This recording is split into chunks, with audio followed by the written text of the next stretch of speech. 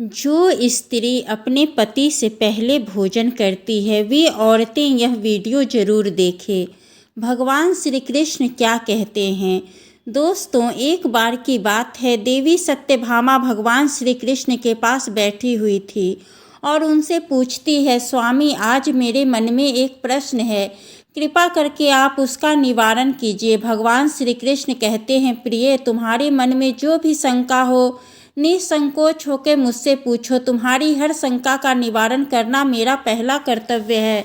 तब देवी सत्यभामा बड़ी ही प्रसन्नता से पूछती है, हे नाथ, हे स्वामी, आपकी हम 3 पत्नियां हैं। पहले आपको भोजन कराती है और फिर भोजन करती है, नित्य आपकी सेवा करती है, आपके चरण दबाती है, किंतु हे प्रभु, क्या पत्नी को पति के साथ अथवा पति के पहले भोजन करने का शास्त्र में कोई उचित उपाय है या इसमें शास्त्र की क्या राय है। प्रभु, वह कौन सा पाप है जिसे करने से स्त्री नरककामी बन जाती है। कृपया आप मेरे इस शंका का समाधान कीजिए।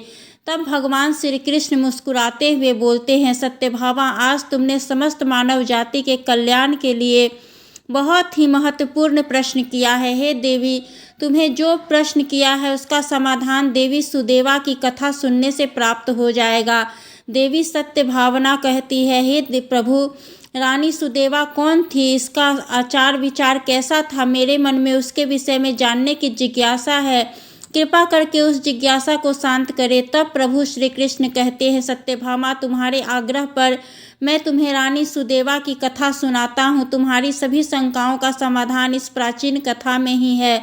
इस कथा में तुम्हें तुम्हारे सभी प्रश्नों के उत्तर मिल जाएंगे, इसलिए इस कथा को ध्यानपूर्वक सुनो।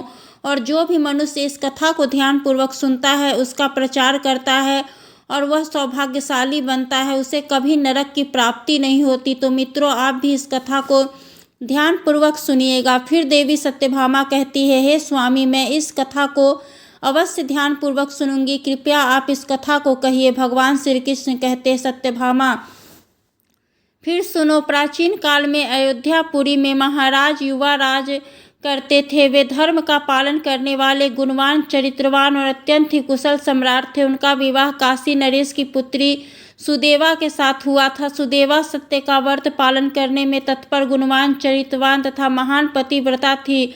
महाराज युवा पुण्यात्मा थे। उन्होंने अनेक यज्ञ तथा अनेक पुण्य के कार्य किए थे। उन्होंने देवालय बनवाए, पोखरे खुदवाए, अनेक वाटिका बनवाई तथा वे साधु संतों की रक्षा में सदैव तत्पर रहते थे। महाराज युवा के नगर के समीप ही एक बहुत घना जंगल था। उस जंगल में एक सूअर अपनी पत्नी और पुत्रों के साथ रहता था। वह सूअर बड़ा ही विशालकाय और भयंकर आकार वाला था, जिससे सभी मनुष्य भयभीत रहते थे। उस सूअर के भय से मनुष्य उस वन के रास्ते से जाने से डरते थे। फिर यह बात महाराज को पता चली तो उन्होंने उस सूअर का शिकार करने का सोचा। फिर एक दिन महाराज अपनी पत्नी सुदेवा तथा अनेक सैनिकों और कुत्तों को लेकर उस वन में शिकार के लिए गए। महाराज बड़े पराक्रमी थे। उन्होंने अनेक विशाल काय शेरों का तथा राक्षसों का वध किया था। इसलिए वह इस भयंकर सूअर से लड़ने के लिए, नगरवासियों की रक्षा करने के लिए उस वन में उस सूअर का शिकार करने के लिए आ गए। जब उस भयंकर आकार वाले सूअर ने महाराज को वन की तरफ आते देखा तो वह सूअर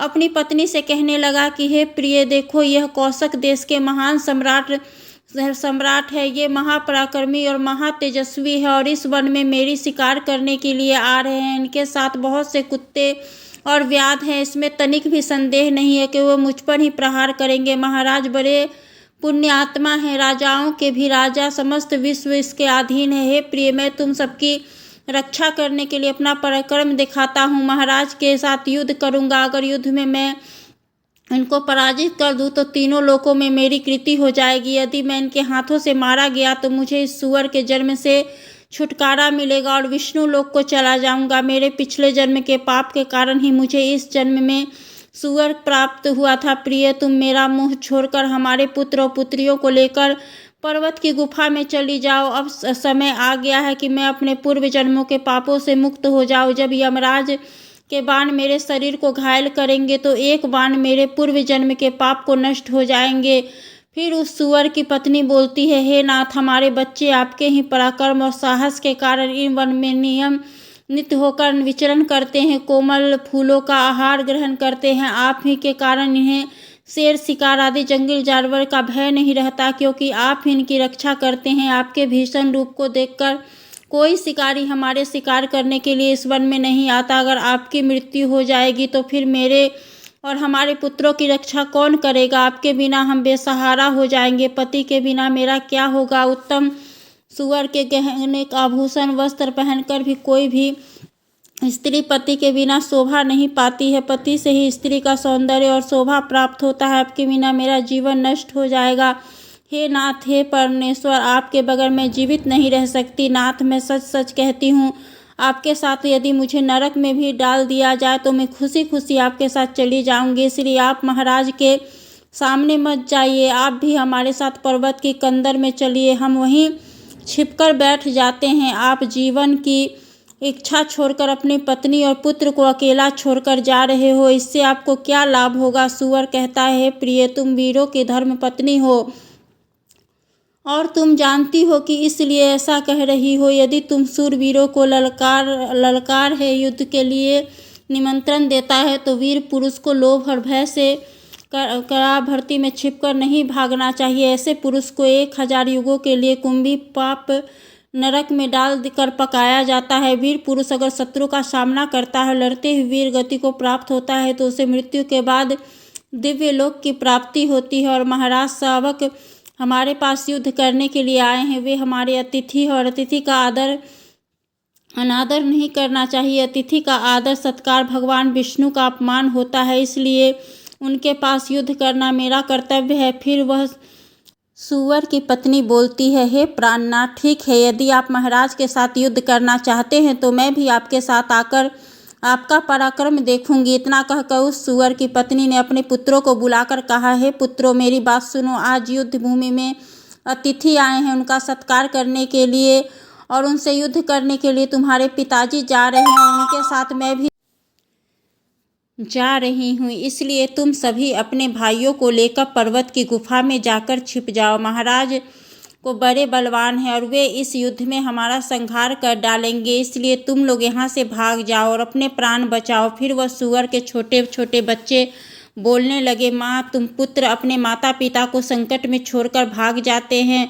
वे महापाप होता है, उन्हें घोर नरक में डाला जाता है। निर्दय पुत्र अपनी माँ बाप को दूध पीकर उसे दुख में छोड़कर भाग जाते हैं। जो पुत्र अपने माँ बाप को विपत्ति में देखकर छोड़कर भाग जाता है, उसे भारी दुर्गति युक्त नरक में गिरता है। इसलिए हे माँ, हम लोग आपको छोड़कर नहीं जाएंगे। सुअर, अपनी पत्नी और अपने बच्चे सभी युद्ध के लिए तैयार हो जाते हैं और युद्ध भूमि में निकल पड़ते हैं। सभी छोटे छोटे सुअर अपने पिता और माता की चारों ओर से संरक्षा करने लगते हैं।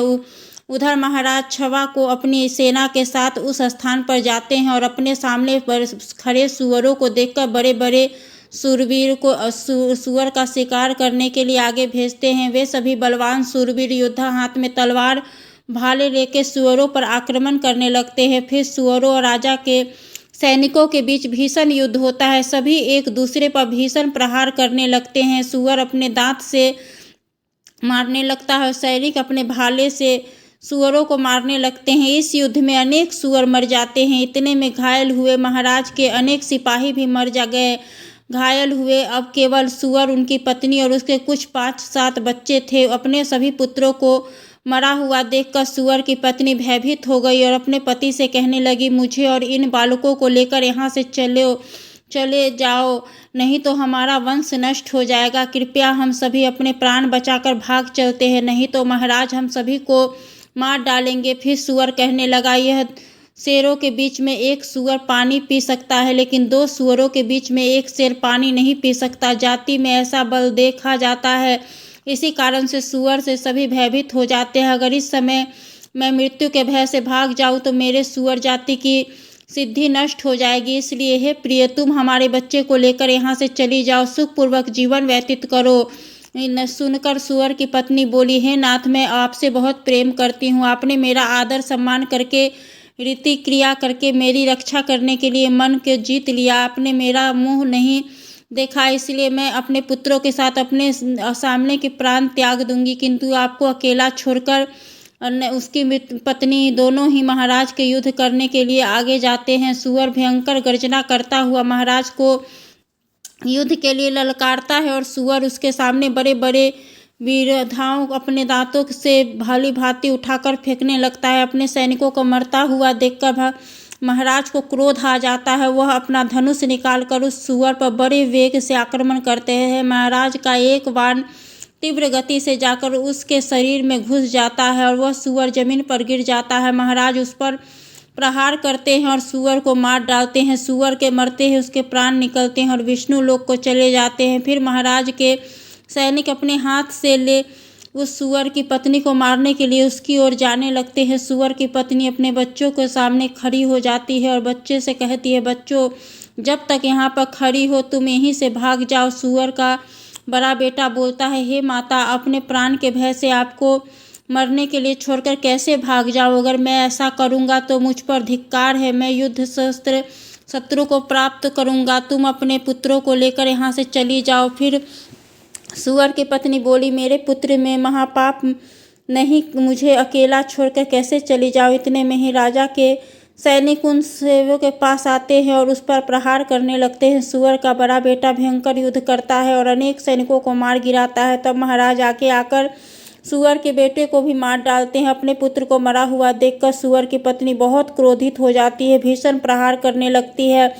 अनेक सैनिकों को मार डाला। इस घटना को महारानी सुदेवा देख रही थी। तब वह महाराज से कहती है, हे महाराज, उस सूअर की पत्नी आपके सैनिकों को मार रही है, आप आगे चलकर उसका वध क्यों नहीं करते? महाराज कहते हैं, प्रिय, यह एक स्त्री है। मेरा यह वचन है कि मैं किसी भी स्त्री का वध नहीं करूंगा। स्त्री का वध करने से महापाप होता है, इसलिए मैं सूअर की पत्नी को न खुद मार रहा हूँ और न किसी को उसे मारने के लिए भेज रहा हूँ। स्त्री का वध करने से बड़ा भय लगता है। इतना कहकर महाराज चुप हो जाते हैं। फिर महाराज की सेना में नाम का एक बलवान सिपाही था। उसने उस सूअर की पत्नी पर प्रहार किया और उसे जमीन पर गिरा दिया। सूअर की पत्नी मूर्छित होकर जमीन पर गिर पड़ी और लंबी लंबी सांसें लेने लगी। रानी सुदेवा ने उस स्वर्ण के पर बेहोश अवस्था में देखा। उस पर बड़ी दया आई। उसने ठंडा जल उसके मुंह में डाला और फिर उसके सारे शरीर पर दिया।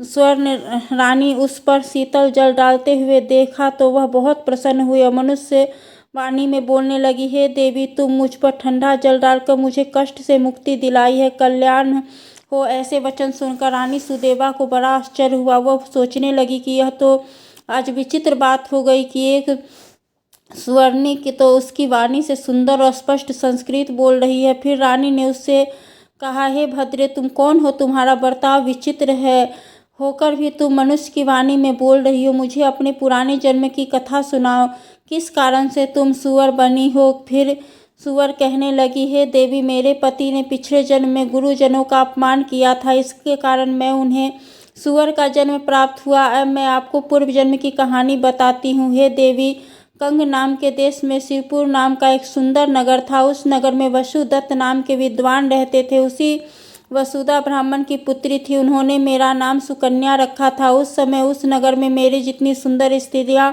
और कोई नहीं थी। अपने रूप के कारण मुझमें घमंड था, उन्मत्त थी। मेरी मुस्कान बड़ी मनमोहक थी। जब मैं जवान हुई तो मेरा सुंदर रूप और जवानी देखकर भी मेरी माता को बड़ा भय लगने लगा। वो मेरे पिता से कहने लगी, नाथ, आपकी कन्या जवान हो चुकी है, इसका विवाह क्यों नहीं कर देते? शीघ्र ही किसी वर को सौंप दीजिए। फिर वह ब्राह्मण बोला, हे कल्याणी, मैं अपनी पुत्री का विवाह उसी पुरुष के साथ करूंगी जो विवाह के बाद मेहर में निवास करेगा। मुझे बड़ी प्रिय है, मैं इसे अपनी आंखों से दूर नहीं होने देना चाहता।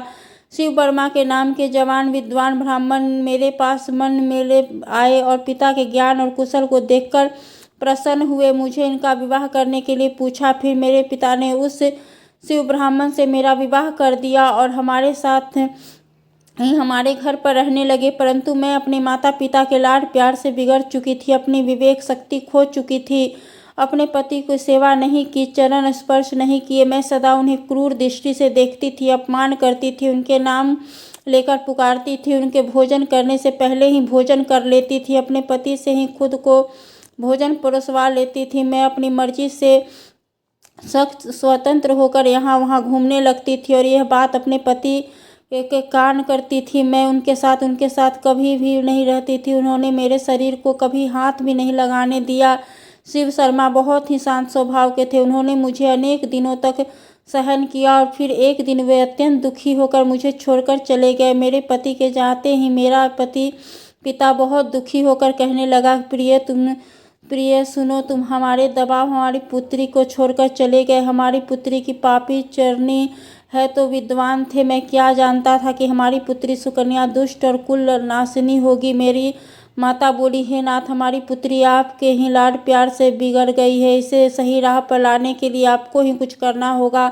पिता के घर रहने वाली सुकन्या दुराचारी बन गई, इसलिए कन्या को कभी घर में नहीं रखना चाहिए। उसे उसके पिता के साथ ही अपनी कन्या बहुत दुष्ट और पापनी है।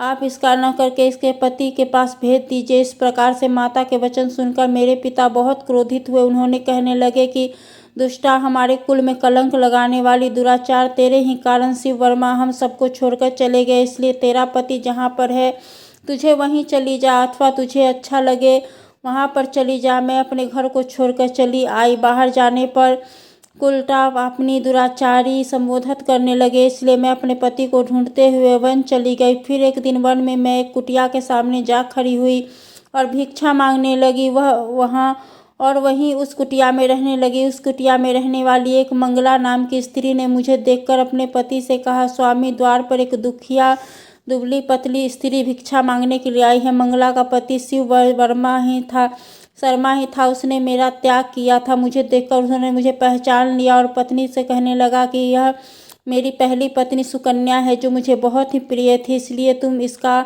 आदर्श करो और इसे अपने घर में स्थान दो। फिर मंगला ने अपने पति को आज्ञा का पालन करते हुए मुझे घर के अंदर बुला लिया और मुझे पहनने के लिए वस्त्र दिए। फिर एक दिन मैं बैठकर मंगला के साथ अच्छे स्वभाव और मेरे दुख स्वभाव का विचार करने लगी और मुझे बड़ा दुख होने का लगा। अधिक चिंता करने के कारण मेरा हृदय फट गया और उसी क्षण मेरी मृत्यु हो गई। फिर यम के दो दूत स्थान पर आए, मुझे उठाकर यमलोक ले गए। वहाँ पर यमराज ने मेरा लेखा जोखा देखा। यमदूतों से कहा, दूतों, इस पापनी स्त्री ने अपने पति का बहुत अपमान किया है। यह पति से पहले भोजन करती थी, अपने पति का कुछ भी नहीं सुनती थी। इस पापी स्त्री को जाकर नरक में डाल दो। फिर यमदूत मुझे नरक ले गया और उन्होंने मुझे जलते हुए में डाल दिया। मुझे लिंगल दिखवाया। वहाँ नरक ने मुझे अनेक वर्षों तक कष्ट भोगने पड़े। फिर नरक की सजा के बाद महाराज ने मुझे स्वर्ण के जन्म में डाल दिया। बोले, हे देवी, इस प्रकार मैंने मेरे पूर्व जन्म की बात बता दिया। कृपया अब मुझे इस जीवन से मुक्ति दिला दो। आपने अपने पुत्री की बहुत सेवा की है, इसलिए मुझे आपका थोड़ा सा पुण्य करो। रानी सुदेवा महाराज से कहती है, स्वामी, अब मैं क्या करूं? आप जो आज्ञा दे मैं वही करूंगी। महाराज शावक कहते हैं, प्रिय, यह बेचारी बहुत दुख कर रही है, तुम अपने पुण्य से इसका उद्धार करो। महाराज की आज्ञा लेकर रानी सुदेवा ने स्वर्ण को कहा कि देवी, मैं आपको 1 वर्ष का पुण्य तुम प्रदान करती हूँ। रानी ने इतना कहते हैं उस स्वर्ण के प्राण चले गए और उसके शरीर से एक दिव्य स्त्री प्रकट हुई। फिर वह महारानी और महाराज के सामने प्रणाम करके विष्णु लोक को जाने लगी। भगवान श्री कृष्ण कहते हैं, हे देवी सत्यभामा, इस प्रकार से मैंने तुम्हें यह महान कथा सुनाई। तुम्हारे सभी प्रश्नों के उत्तर मिल गए होंगे। देवी सत्यभामा कहती है, स्वामी, आपने आज मुझे बहुत ही पवित्र कथा सुनाई और मेरी सभी शंकाओं का निवारण किया। तो मित्रों, उम्मीद है आपको भी यह कथा पसंद आई होगी। कथा कैसी लगी हमें कमेंट में ज़रूर बताएं। आपको हमारी वीडियो अच्छी लगी हो तो वीडियो को लाइक और शेयर और कमेंट करें। जय श्री कृष्ण।